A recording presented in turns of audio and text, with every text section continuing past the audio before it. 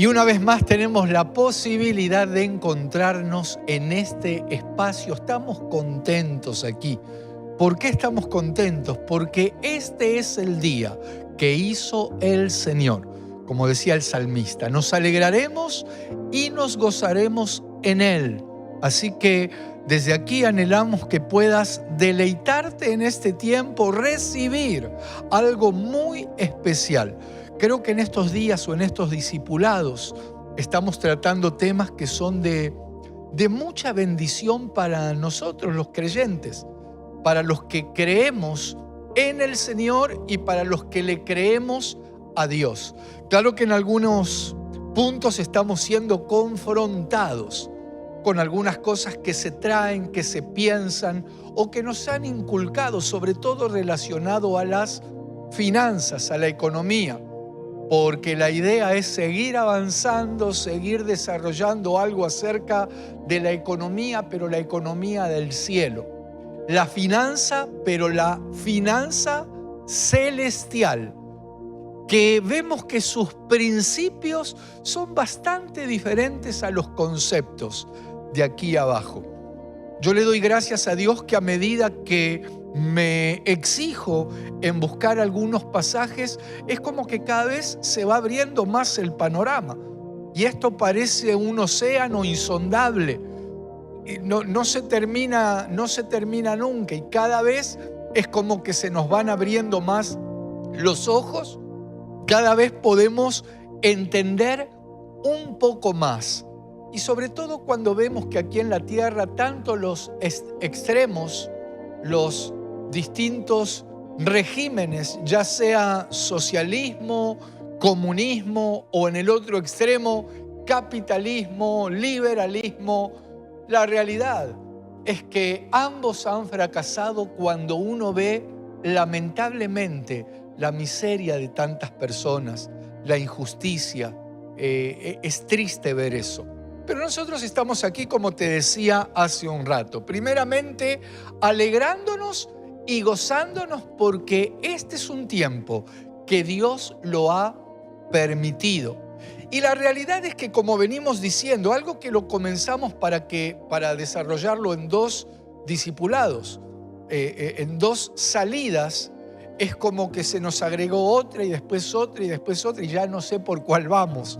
Pero lo importante es que ahí vamos y avanzamos tomados del Señor. Y justamente podemos ver desde el comienzo, desde Génesis, que cada vez que el Señor establece, llama, por ejemplo en el caso de Abraham, el Señor se encargó de que Abraham sea rico en bienes, rico en cuanto a ganado, a todo lo que Dios lo fue rodeando, pero no solo a él, que era quien Dios había escogido para que de ahí venga el linaje de su pueblo. No solo el pueblo de Israel, sino que nosotros los creyentes. Porque dice la palabra que nosotros los creyentes somos hijos de Abraham. Abraham era el padre de la fe. Y cuando él salió de su tierra como Dios le ordenó, sus riquezas, sus bienes aumentaron de tal manera que en un momento, dice Génesis capítulo 13, que los pastores de Abraham tuvieron un conflicto con los pastores de su sobrino Lot. ¿Por qué? Porque lo que tenían era tanto que no podían vivir en un solo lugar. Y en ese tiempo no es que había más tierra, había la misma tierra que ahora, pero había menos población. El tema no es ese. El tema, y lo que les quiero recordar, que en el pensamiento de Dios, siempre la idea fue que sus hijos sean bendecidos en todas las áreas. En el tema económico o en el tema material, cuando seguimos la línea de Abraham, Isaac, luego Jacob, vemos que fueron varones de mucha riqueza y prosperados en todas las áreas. Ahora, claro, el problema que se da cuando uno habla de lo económico, del dinero, por ejemplo, el problema que se da y que me ha tocado verlo bastante dentro del pueblo de Dios es cómo lo usamos. Alguien dirá o pensará, démelo a mí que yo ya sé cómo usarlo. Seguramente que sabés, pero lo que veo en la palabra es que cuando Dios bendijo, muchos no supieron qué hacer con ese dinero. O no supieron cómo, o mejor dicho, lo usaron mal. Lo usaron mal. Por ejemplo, cuando Dios saca al pueblo de Israel de Egipto, de la esclavitud, 430 años esclavos, cuando salieron, Dios los bendijo con joyas, oro, plata, casi que despojaron a los egipcios.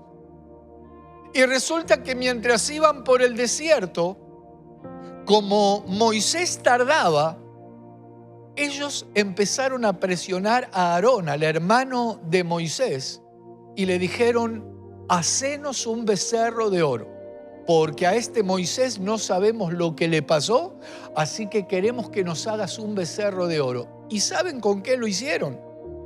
Con todo el oro que habían despojado a los egipcios. Dice en Éxodo capítulo 32, permítanme buscar. Allí hay un versículo. Dice Éxodo capítulo 32, en el versículo 8, es Dios hablando aquí, y dice: pronto se han apartado del camino que yo les mandé, se han hecho un becerro de fundición y lo han adorado y le han ofrecido sacrificios y han dicho: Israel, estos son tus dioses que te sacaron de la tierra de Egipto. Qué triste es cuando uno se encuentra con un hijo de Dios, bendecido, prosperado, pero que parecería que con facilidad, como hizo el pueblo, enseguida se olvidaron de Dios.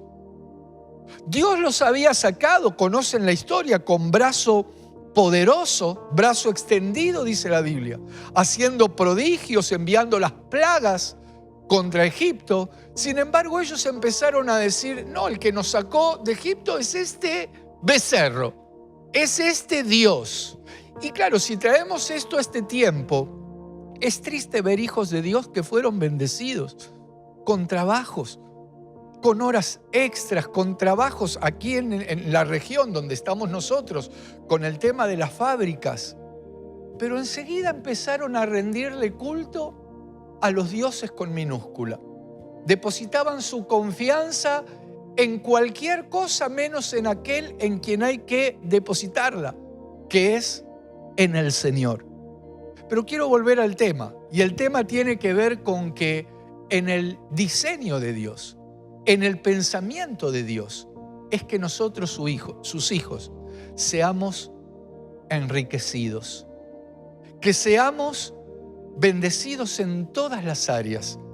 Y la iglesia del Señor Jesucristo es muy especial. Como dice la palabra, allí en Cantares capítulo 6, versículo 10, ¿quién es esta que se muestra como el alba, hermosa como la luna, esclarecida como el sol, imponente como ejército en orden? Cuando dice imponente, hay versiones que dicen formidable. A los ojos de Dios, la iglesia es especial. Y por eso quiero que sigamos desarrollando este tema. Porque claro, la parte economía es un complemento, es una añadidura. Pero yo creo que necesitamos en algunos aspectos poder romper barreras estructurales a conceptos que, en mi caso, por cómo me crié en los asuntos de Dios o por lo que me inculcaron en un tiempo, es como que me llevó todo un proceso a asimilar conceptos que sin duda están en la palabra. Por ejemplo, cuando Dios dice: te pondré por cabeza y no por cola. Porque de alguna manera mis mentores, donde yo me reflejaba, o los que me habían instruido, es como que cuanto más pobre eras, más santo eras. Ese era uno de los conceptos equivocados, errados. Sin embargo, cuando empezamos a descubrir que lo que Dios quiere es ponernos por encima, como dice Deuteronomio 28:2. Estarás por encima solamente y no estarás abajo. Entonces hay estructuras que van a seguir siendo derribadas. Desde luego, con equilibrio y con el equilibrio que nos da el Señor. Porque esto es con equilibrio. Otros se han disparado para otro lado totalmente y lo que nosotros necesitamos, como decía Pablo, es aprender el secreto de contentarnos sea cual sea nuestra condición, en el valle o en la montaña, en el desierto o en el bosque frondoso, en la abundancia o en la escasez. Todo lo puedo en Cristo, que me fortalece. Qué maravilloso. Pero quiero mostrarte que en el diseño de Dios está el que nosotros seamos prosperados, bendecidos. Él pone a nuestro alrededor, Él prepara mesa delante de nuestros angustiadores. Él rodeó y puso al hombre en un huerto, en un jardín de delicias. Ahora, yo quiero retomar un pasaje que estuvimos viendo hace algunos días atrás, que es un pasaje que lo volví a leer y qué maravilloso, porque cuando uno vuelve a leer ciertos pasajes, es como que se le van agregando condimentos. Es como que Dios nos permite recibir o correr el velo en algunas cosas y podemos ver un poco más, entender algo más, visualizar tal vez algunos colores. Estoy hablando simbólicamente. Esto es como cuando en un tiempo se veían los programas de televisión en blanco y negro. Alguno me estará pensando, ¿de qué época es usted? De Noé para acá, más para acá. Pero en un tiempo, y claro, a lo mejor después veías esa misma película, pero en colores y cambiaba totalmente.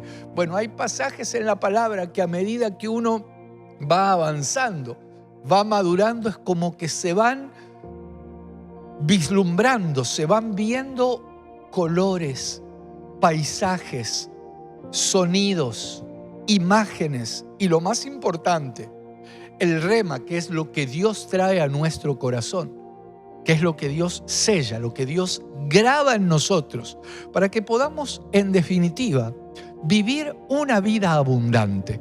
Porque lo que el Señor Jesucristo vino a darnos, Él dijo, yo he venido para que tengan vida, y luego agregó, y vida en abundancia. Si esa vida está disponible para vos. Una vida en abundancia, aprendiendo a valorar, gozándonos con todo lo que Dios ha puesto a nuestros pies. Y entendiendo también que hay muchas personas que están en necesidad. Pero en realidad nosotros desde aquí, a la luz de la palabra de Dios, lo que queremos es derribar la mentalidad de miseria, destruir la mentalidad de pobreza, que no es lo mismo que alguien pueda pasar una situación de necesidad. Eso es una cosa.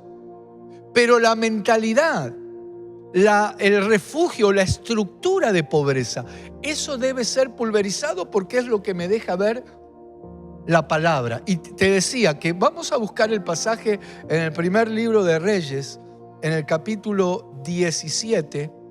Permítanme buscarlo porque hemos hablado acerca de esto. Y quiero leer algunos versículos aquí nuevamente porque para seguir extrayendo cosas, para seguir enriqueciéndonos. Cuando hace un tiempo, hace varios años, se me empezaron a abrir ciertos panoramas acerca de esto, es como que empecé a ser enriquecido espiritualmente. Claro, luego se fue dando porque una cosa trae la otra. Cuando Dios bendice un alma, un corazón de adentro, se empieza a reflejar luego en lo exterior. Pero claro, muchas cosas que a mí me habían inculcado, a pesar de que cuando comencé a congregarme y comencé a transitar los asuntos de Dios, en mi caso tenía buena economía, pero creo que algo de esto ya les dije, pero lo voy a repetir. Es como que me daba cierta vergüenza ir con ropa que yo tenía antes de conocer a Dios, y llegaba a la iglesia porque me encontraba con que, miren, y con todo respeto digo esto, parecía que los que me rodeaban competían a ver quién se vestía peor. Porque cuanto peor te vestías, parecía que tenías más comunión con Dios. Claro, después cuando se fueron derribando esas estructuras, empecé a entender que no podía predicar acerca de un Padre Santo, dueño del oro y de la plata, y un Padre rico, dando lástima. Pero vayamos a lo que nos muestra aquí y mientras estamos hablando esto, anhelo con todo mi corazón que estas palabras sean recibidas y caigan en tierra fértil, tierra que dé fruto. Porque esto no es señalar o acusar al que está en una necesidad. Es romper la mentalidad de pobreza, ya sea que te hayan inculcado, sea que la hayas heredado, o tal vez descontextualizando, sacando algún pasaje y utilizarlo de manera equivocada, que vamos a ver. Bueno, no sé, hoy no creo que lleguemos, tal vez en un próximo programa, pero hay muchos conceptos de pasajes que se los utiliza mal. Bueno, fíjate lo que dice en el primer libro de Reyes, les dije, el capítulo 17. Quiero mostrarles que Dios es como que actúa fuera de toda lógica humana. Qué bueno que sea así, si no, porque nosotros somos tan estructurados en algunas cosas. Nosotros como que queremos tener todo bajo control. Sin embargo, las órdenes o la manera de actuar de Dios, un día le dijo a Abraham, vete de la tierra, vete de tu tierra, de tu parentela y de la casa de tu padre. ¿Pero a dónde, Dios? ¿A dónde? A donde yo te voy a mostrar. Y vamos a ver en este pasaje que Dios se mueve así, fuera de nuestra lógica. Dice en el versículo 9, le habla Dios a su siervo, al profeta Elías. En ese tiempo Elías era casi como la manifestación de la presencia de Dios. Sobre este siervo estaba la gloria de Dios. Un varón muy usado, un instrumento. Y le dice Dios, levántate, vete a Sarepta de Sidón y mora allí. He aquí, yo he dado orden allí a una mujer viuda que te sustente. O sea, Elías en ese momento estaba en un lugar llamado Kerit, donde era sustentado, era sostenido por Dios de manera sobrenatural. Dios le da una orden, le dice, levántate y vas a ir a una ciudad llamada Sarepta, que queda en Sidón. Esto para tener una idea, era en el norte de Israel. En ese tiempo había una escasez, había una hambruna. Hacía como 3 años que no llovía. Imagínense la necesidad que había. Pero la orden de Dios a Elías fue, vas a ir a esta ciudad, ya le di una orden a una viuda que te va a sustentar. Ahora, cuando llega Elías en el norte de Israel, a ese lugar, y se encuentra con ese cuadro, se encuentra con esta viuda que estaba recogiendo leña, pero porque ya estaba de última. Estaba recogiendo 2 leños para hacer un fueguito, hacer una pequeña, una torta cocida, comer un poquito con su hijo y ya dejarse morir, porque la escasez era impresionante. Ahora, mientras leía este pasaje, les voy a abrir mi corazón. Pensé, menos mal que yo no estuve en el lugar de Elías, porque frente a ese cuadro seguramente,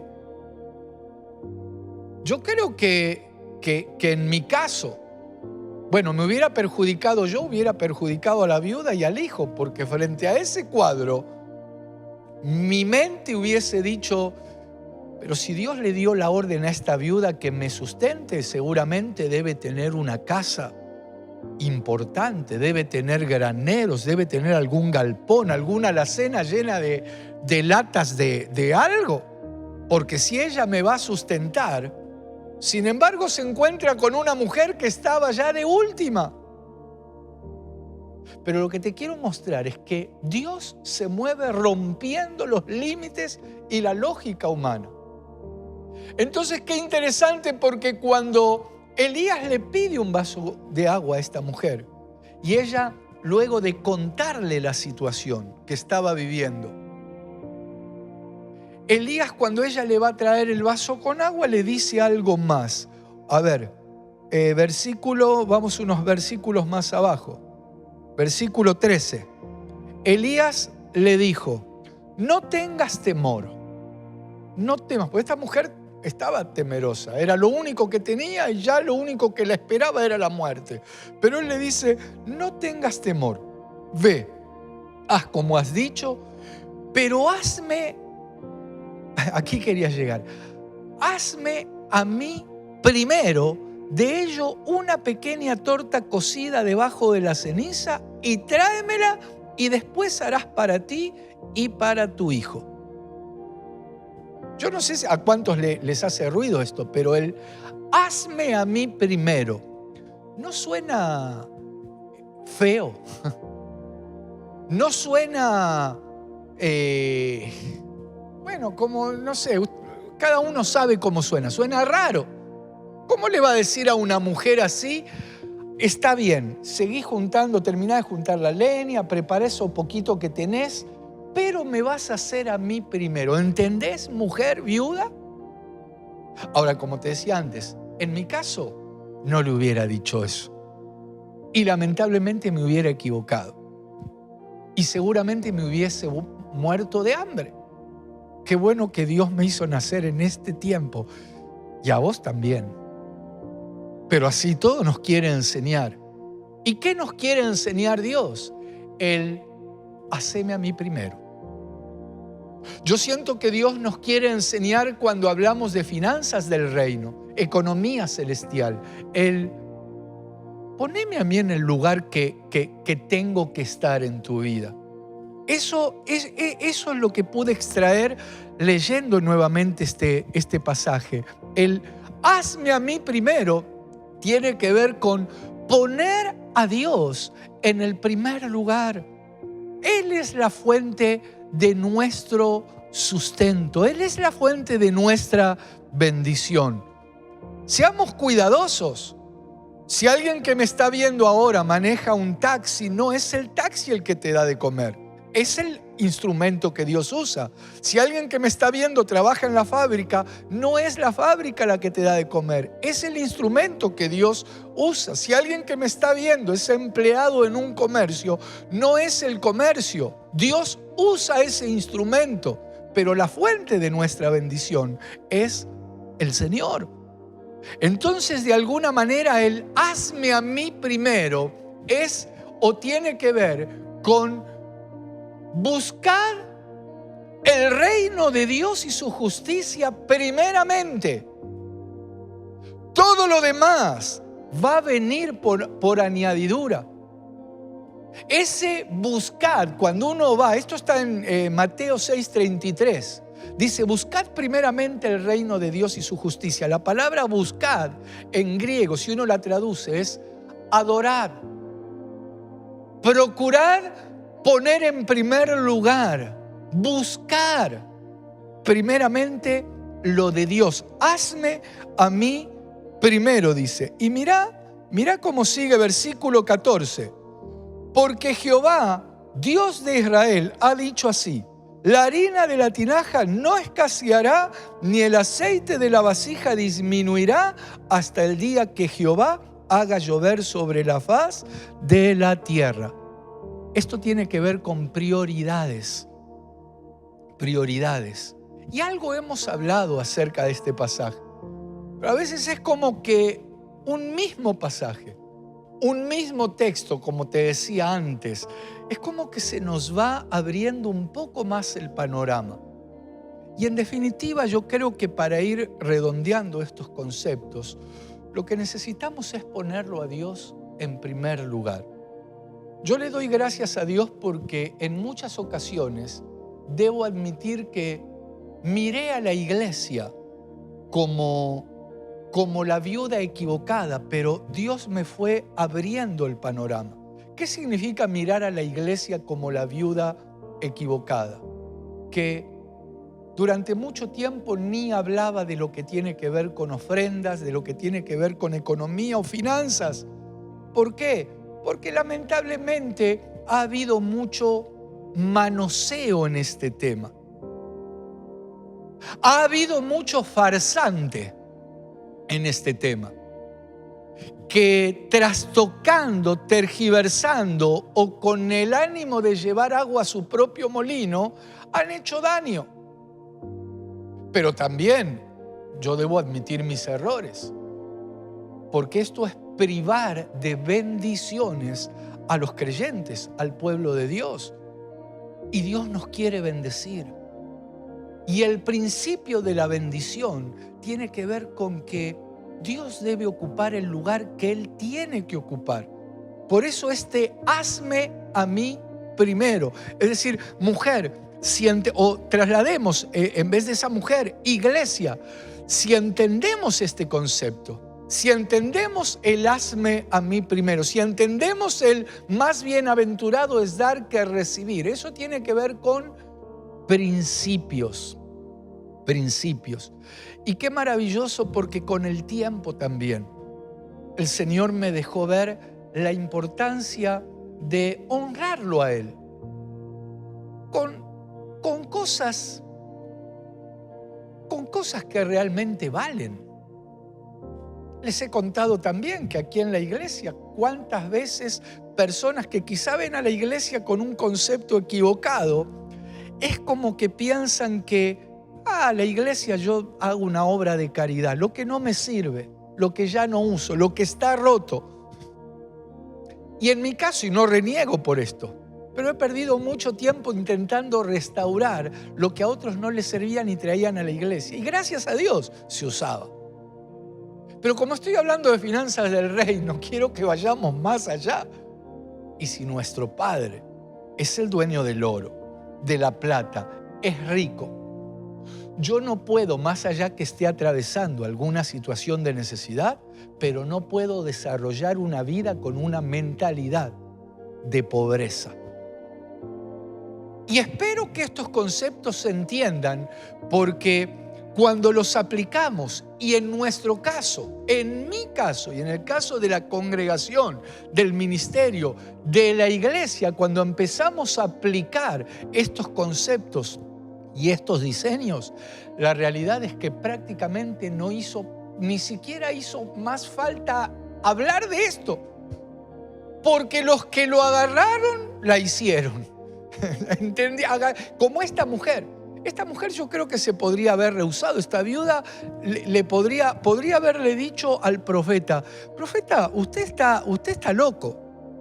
A ver, no entendió lo que le dije, se lo repito. Estoy juntando 2 pedacitos de leña para cocinar un poquito de harina con aceite que tengo. Es la última, esa iba a ser la última cena, me parece, en serio, para ellos. Voy a cocinar lo último que tenemos y me voy a abandonar con mi hijo. A ver, ¿le entendí bien? Usted me dijo que le haga usted primero. Sí, mujer, si entendés el concepto, la harina no va a escasear ni el aceite va a disminuir. Porque esta fue una orden de Dios y efectivamente esta mujer hizo lo que Dios esperaba que haga. Contra toda lógica humana, y yo creo que en estos discipulados que estamos compartiendo, en estas charlas con bases en la palabra de Dios, yo creo que Dios está interesado en romper toda lógica humana para que avancemos en los planes, en los proyectos y en los diseños celestiales, que en definitiva son los que nos van a dar a nosotros una vida abundante. Esa vida abundante que el Señor estableció para ti, esa vida abundante que Él nos ha ofrecido. Yo he venido para que tengan vida y vida en abundancia. Hemos llegado al final. Nos vemos en el próximo programa.